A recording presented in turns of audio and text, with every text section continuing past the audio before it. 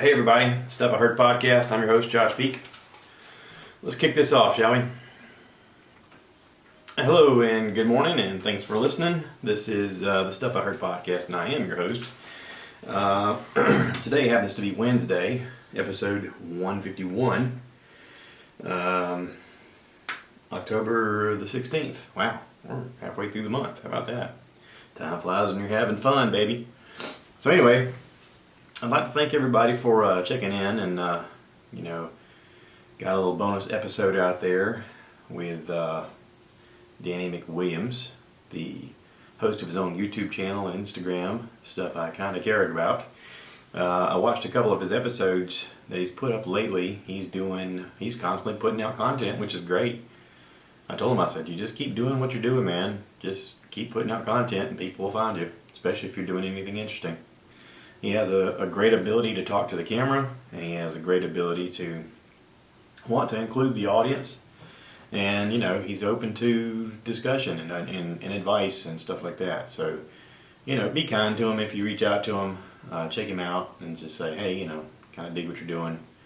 And tell him Josh sent you. Say, hey, man, Josh sent me to this channel. Pretty cool. He's going to be getting into, right now he's doing some sewing projects, but he's going to be getting into some blacksmithing at some point here. Going to be a lot of cool stuff coming up. I think he's going to be putting out content on a regular basis. And hey, listen, I talked for a long time about building community, and I got excited watching his videos. I was like, here we go. He's doing it. He's doing the legwork. He's doing the thing that most people don't do. He's doing the actual, day-to-day things. Let's begin. Let's make this happen. Let's actually put out some content. Most people are just intimidated. They don't want to put in the legwork. They don't want to try. They don't want to, I don't know, what if it don't work? Listen, I can't tell you that I didn't have those fears in the beginning too, but you just sort of go with it. You just sort of put out content. You just sort of, admit to yourself, hey, listen, I got to talk to the camera. I got to talk to an audience. I got to talk to you guys. Y'all are watching. Y'all are spending your time. I might as well make it interesting, right? If you're listening to me on a podcast right now, you're probably driving down the road. I know a lot of guys I work with. Check this out. And hey, all my crew I work with, I appreciate every one of you. Hope you guys are doing well. Be safe out there. I know it's tough. Fight the ghosts, man. They're out there. They're trying to get you to go to sleep. Don't do it. Stay awake. So listen, let's talk about something that I've been sort of, glazing over here, and I haven't really gotten into, but I wanted to. Sometimes it's all about timing. Sometimes you have to source out what you want to say, or put some thought into it, or put some research into it, or sometimes it's all about possibly waiting for somebody else to be on the podcast with you to talk about it. And I've had a guy on the podcast before, Jan Vandroska, and Jan is he's a very interesting guy, very fun to talk to, very worldly in his views, and we've lived an amazingly different life for most of our lives to now end up working together, and I find him fascinating. Like I just love talking to the guy. He's such an upbeat guy, and he has traveled the world. He has a different view about things. He speaks multiple languages. I often question him about, when you sleep, is there certain languages that you dream in, or does it, because you've been in America now, like is English like the main language you speak, or is there moments where you go back into your, the language you first learned, do you go back to Russian and suddenly dream in Russian, or how is that? He's like, I never really thought of it that way. It's kind of interesting. I'll think about it and let you know. I'm like, all right, cool. So anyway, one of the fun things about Jan is he enjoys talking about and listening to people talk about aliens. One of the first times I ever rode with him on a truck, he goes, check this out. I found this cool radio show. And we were flipping channels, and all of a sudden we're listening to some guy. And it was sort of like, it reminded me of when I was a kid listening to Dr. Demento come up with funny, songs, really strange songs. But this was like people's call-in radio show thing of how they've had alien encounters. And this was person after person calling into this radio show and talking about how they've had an experience with an alien. And that particular morning we heard a guy talking about he was farming and an alien picked him up off his tractor and took him off to somewhere else and you know, probed him. And, and the whole time we're listening to it, Jan's just cracking up. He's just like, I love these guys, man. They're so great. and I was like, okay, either he finds humor in the fact that people are stupid, or he's loving the fact that people are telling their story, and everyone else seems to laugh at it, and it makes him happy. And I'm not sure which was the case, but I enjoyed his happiness in the whole thing. I was hesitant in the beginning to even talk about aliens with him, but as you're riding around, I started talking to him about it, and Jake's, you know, you ask little questions. You're like, you know, so do you, you know, kind of believe, you know, maybe something else out there? And that's kind of the you know, get your foot in the door of the conversation kind of deal.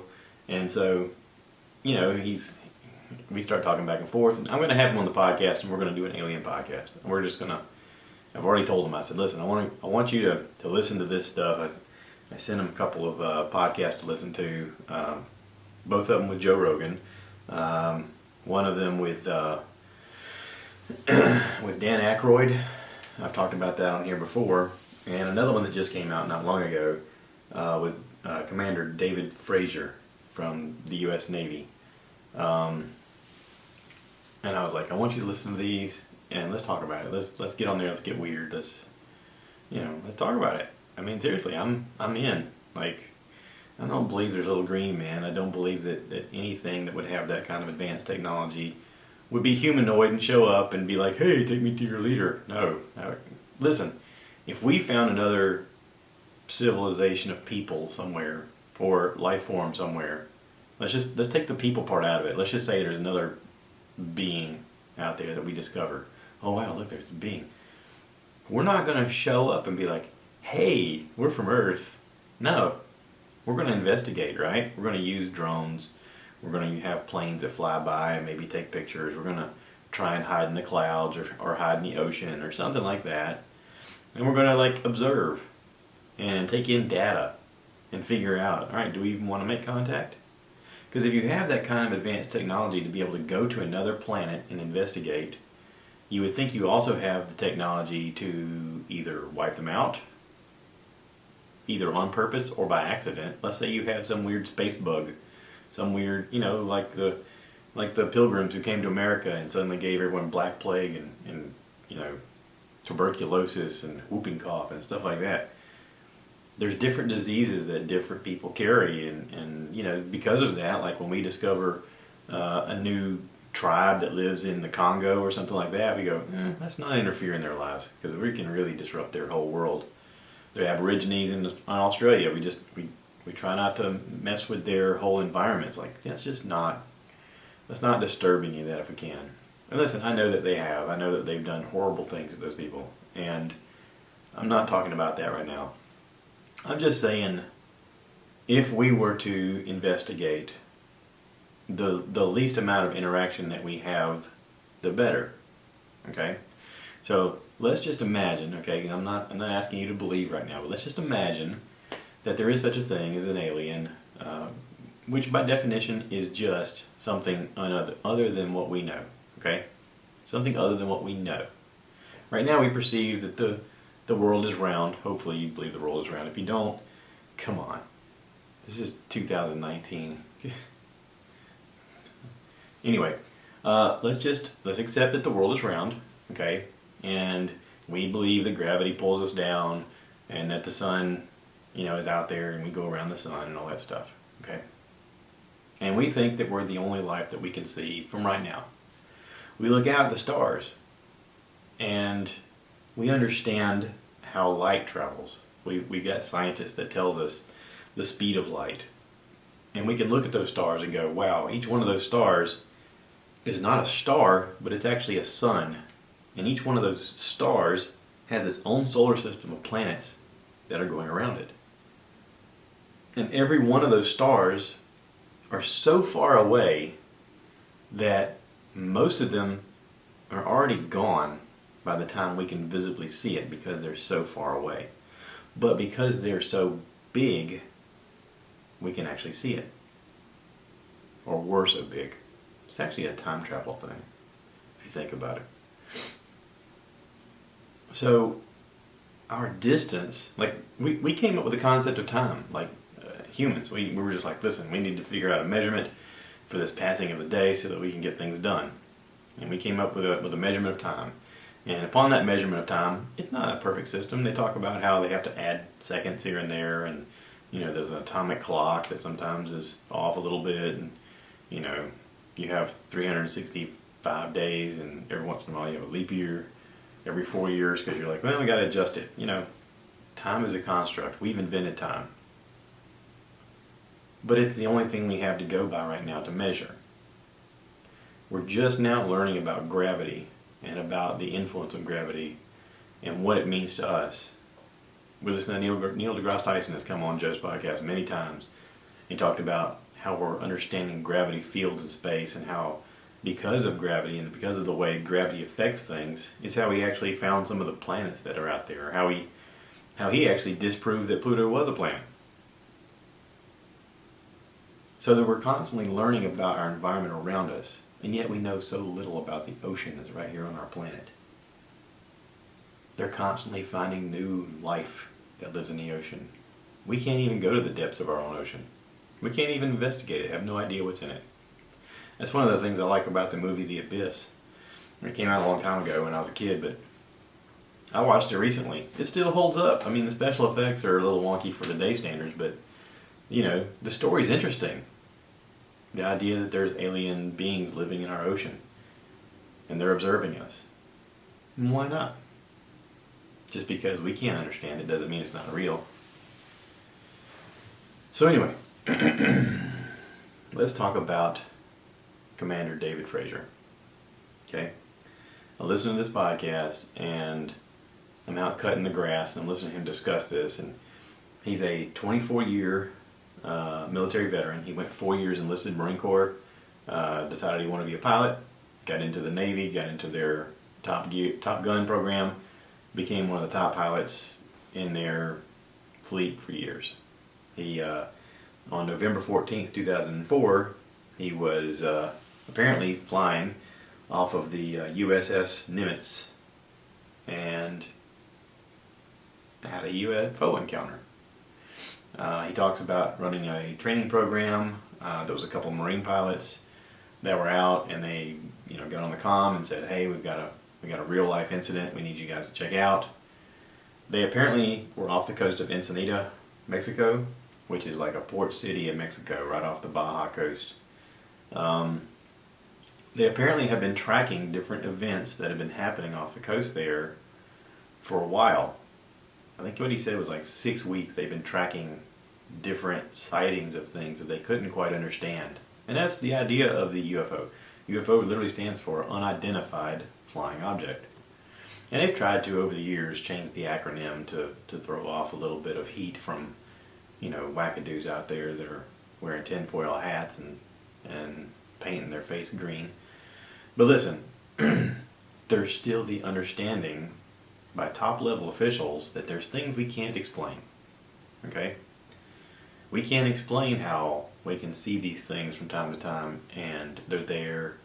They fly in ways that doesn't have any rhyme or reason. They don't seem to have any backwash of a jet engine. They have no propellers. They can move left, right, up, down. Even Commander David Fravor talks about how they came into contact with this, what he calls a tic-tac shaped craft. And he said that, he could visibly see something in the water. There was a craft above it. They started tracking the craft with the technology they have in the plane. He was saying how they had a visual on it. It was 4 different craft. So you got 8 crew members. You got 4 pilots and 4 co-pilots. 8 crew members saw this thing, tracked it, observed it. He said the total duration of it was maybe, I think he said right at 2 minutes. But he said it was so much that they observed. He said they got back and they compared stories, and they were all the same stories, and And he said, since then the stories have gotten out of hand and people have added to it and, oh, and then did this and that and the other. And he said, but that's not our story. Like, we gave an official story and this is it. And this guy's he's not a tinfoil hat, paint your face green kind of guy. He's just telling you, this is what I saw. And that's it. That's all he said. This is what I saw. I can't explain it, but this is what I saw. And it's a fascinating story. This guy, Jeremy Corbell, was on the podcast before. He's the one that brought Bob Lazar on there to tell his story. And Jeremy, does his research. He's not painting his face green and wearing a tinfoil hat. But he's like, listen, there's some things we don't understand, and I don't mind bringing it to light. And like, listen, this kind of turned into a passion project because there's so much information out there that I keep getting. And this is not like Dan Aykroyd coming there, and Dan Aykroyd's, a believer of everything. Anything that he hears, he's like, oh yeah, sure, let's believe that too. He's like, listen, here's some evidence that we found, and I just want to talk about the evidence. And he paints a creative story that sounds believable. And,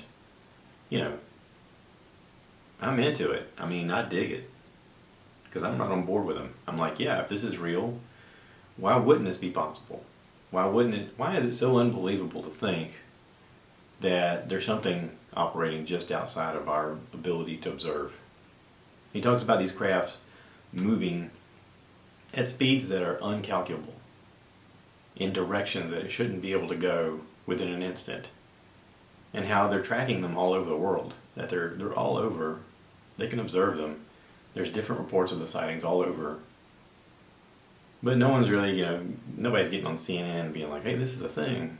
Because it's so, it happens in situations where maybe they're using military gear to track it that they can't quite tell the public, hey, listen, we have this craft that can fly at this altitude, at this speed, and we tracked it, and here's some information. Because it shows telemetry on the screen of everything that they're doing. And this thing had to wait to be declassified in order for them to show the video. It happened in 2004. And I think the video wasn't released until 2015 because by then the technology had been out there for enough people to know about it. But it's like one of those things, you're constantly coming up with new technology. And he's like, here's an incident that happened, and if we had that kind of technology, it wouldn't be just for military. Like if this was something that the military was working on, like a black ops kind of thing, he goes, you'd see it everywhere because who wouldn't want to profit on it? This ability for these crafts to move the way they would move. He said, this is something other. And that's the part that gets you interested. That's the part that makes sense to the average person who's like, I don't know. I mean, seriously. It got me into it. So anyway, check out the Joe Rogan podcast. Commander David Fravor. I think I said Fraiser. Fravor. Fravor. Listen, this craft, they measured it. It's like 40 feet long. Had no wings. It's interesting. I find it very interesting. I mean, so anyway, we're at about getting close to 20 minutes. My camera is blinking at me, and I have a feeling that the battery's going to die. But I'm going to talk until it dies, and then I'm going to recharge it and click back in. So let's just keep this ball rolling, okay? Stuff I heard. I heard a lot of podcasts this week. I listened to a lot. I don't know how. I just got on a roll. One of it was Bert's Something's Burning from YouTube. He's releasing these uncut audio versions of the YouTube show. I watched it last night. Sebastian Maniscalco and God, what's his name? The chef. His chef, but Joe Coy. Not Joe Coy. Right now, Joe Coy's like, what? No. God, what's his name? I can't believe I'm drawing a blank right now. I should have wrote that down. He's the guy that does the chef show with Jon Favreau. God, right now, people that are watching that have watched it are going, dude, is this guy? Anyway, the guy, he's a top chef. He was a neighbor of Bert's growing up years ago. They used to come over to each other's houses and cook because their kids were about the same age and they were best buddies. And he has the Kobe, trucks that go around, and apparently they're really high-end food, and I can't think of the guy's name for some reason. Anyway, this is stuff I heard, okay? So you can tell people that Josh is an idiot. He didn't do his research. He didn't. So anyway, I watched that on YouTube, but I also listened to a previous episode on his podcast, the one with Todd Glass. And I find Todd Glass fascinating for a lot of reasons. One of the main things is that he takes the ordinary and he amps it up just a little bit. He talks about how he has these dinner parties at his house, and he said one time he told everybody, he said, listen, I want everybody to come to dinner, but bring a blue blazer. Like, just, I want everybody to kind of dress up a little bit. He said, so everybody went by the local, Goodwill or Salvation Army or whatever, secondhand thrift store. Everybody had a blue blazer on, and when they came over, they had a party, everybody looked nice. He said, in the pictures, even if you're wearing, t-shirts and shorts and stuff like that, you got a nice blue blazer on, it looks kind of classy. He said, he took pictures, and he said, but after the dinner party, everybody left the blazers at my house. He goes, so I got 40 different blazers at my house, different sizes and whatnot. And he said, so I would have these dinner parties later, and I would tell everybody, hey, listen, it's kind of a dressy affair. You should have a blue blazer. Listen, we have extras in the back. Maybe you can try one on. And so it just became fun to play with. And he adds in this element of fun and play to the different things that he does. He says he has some dinner parties where he'll hire musicians, like to play guitar or play trumpet or something like that. He said, and I'll have them integrated into the party. I'll have fun with them. Introduce him to people as a friend of mine, and then at a certain point I'll be like, hey, you want to play something? And he said, and all of a sudden they'll pull out an instrument, and he said, all I need is 3 songs. Just 3 songs, learn 3 songs. You can make a fun evening out of 3 songs. So anyway, he's fascinating guy, right? Okay, so, in there he also talks about, he had a really small apartment at one time in New York, and he invited people over, and he's like, listen, I know my apartment is really small and it's really crappy. He says, but pretend this is like on an airplane, and you're going to be amazed at how much space there actually is on this airplane for this room. I mean, it's amazing. So he would give him the tour of his room on an airplane as though the room in his apartment was on an airplane. And it adds an extra element of fun to it, which I find endearing. I mean, it's cool. Bert talks about how he's on the road, and sometimes he'll go into a green room and it's got horrible lighting or horrible seating. And he said he went into one and they had a lamp in there that was really nice, and it set the mood for the place a little bit differently. And he was like, where did the lamp come from? And he's like, oh, Todd went out and bought that, and it kind of makes a difference in here, don't it? And it really improves the lighting. He's like, it really does. He said, and he got that from another comedian years ago that used to do something like that. So Bert took that and kind of ran with it. Talks about how he was at a comedy show up in Minneapolis at the Mall of America, and he said he's in there and they had a really crappy couch, and he was like, I could buy a different couch. I got money, So he walks, through the mall, and he finds a place that sells these couches, and he's like, I want this couch. And so they brought the couch over. It's a really nice couch, and he goes, and I just bought a couch and put it in the green room because I figured, I want to be comfortable. And I figure when I'm not here, other people can sit back here and they can be like, hey, this is nice. Where'd the couch come from? Oh, Bert Kreischer bought that. Oh, really? Wow, it's a really nice couch. That's really cool.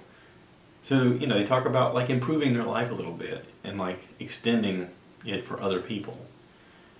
It's not one of those selfish things of I'm just going to do this for me. It's like, no, I'm going to do this and other people are going to appreciate it. It's sort of adding a value back to the world and to other people's lives.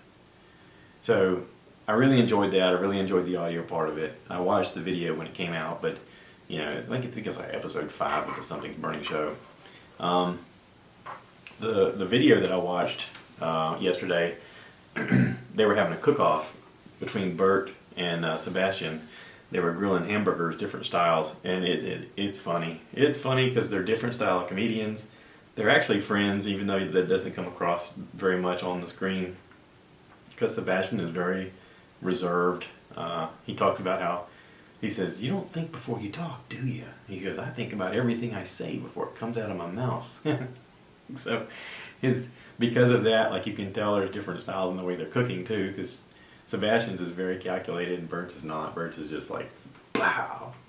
So anyway, go check it out on YouTube. Go check out the podcast. I also watch some things on Netflix. There's a show called In the Shadow of the Moon. Not the main character, but one of the third ranking guy is Michael C. Hall in the show. The movie was okay. It's a movie. It's, there's some time travel. There's a murder mystery that has to be figured out. There's some, hints to, this leads to this kind of deal, and there's a reveal at the end. It's like, whoa, cool. But the story was just not told well enough to be great. There's just an element that just wasn't there.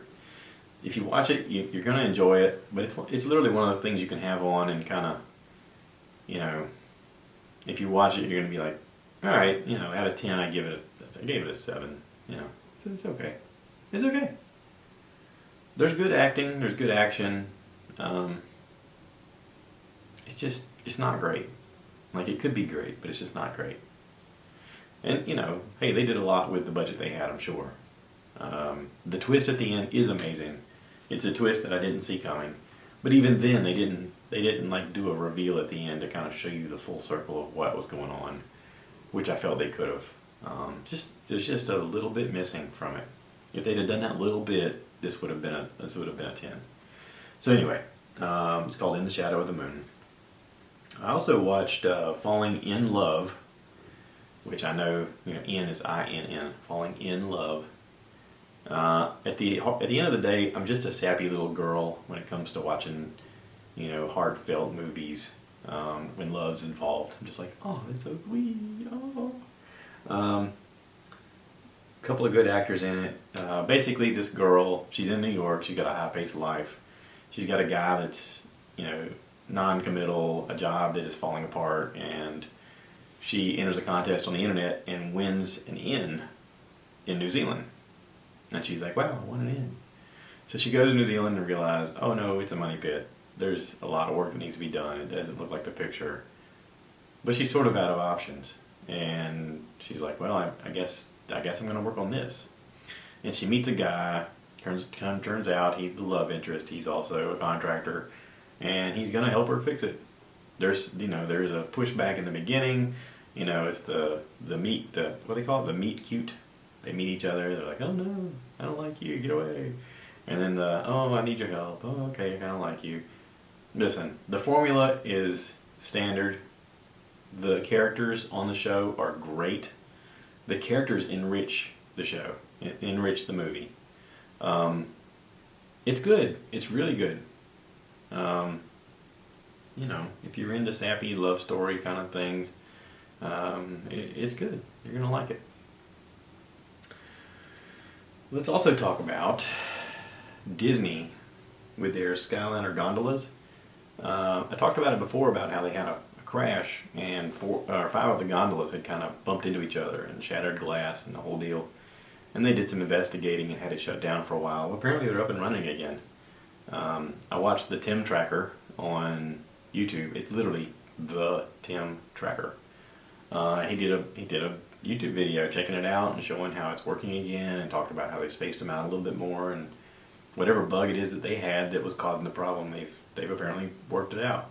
So, it's one of those things where whenever technology comes out, you don't want to necessarily be the first adapter, but you also don't want to be the last. You kind of want, so that's why we didn't book a trip this year. We're sort of waiting until next year to go. We're thinking December next year. The weather will be nice. Won't be as hot. And we get to check it out and ride the gondolas and see the Star Wars stuff. The new Star Wars ride should be open next year. So, yay. That's it. I'm going to wrap this up. I got my camera battery life blinking at me. I'm right at 30 minutes. So I'm landing the plane, guys. If you guys have hung around, that's a good 30 minutes. Try to keep the energy up, as my wife says. Keep the energy up, Josh. I love you, baby. Thanks for listening. Go check out Danny's podcast, not his podcast. Go check out his YouTube page and his Instagram, stuff I kind of care about. He's going to put up lots of content and keep working at it. Check out my dad's page also, rpeak. Dad is on YouTube, and he's had knee surgery, but he's still getting around really quickly. It's pretty interesting on fast forward watching him use the crutch, and he still moves pretty fast, getting a lot done. Anyway, y'all take care. Thanks for listening, and cue the cow. Moo, baby.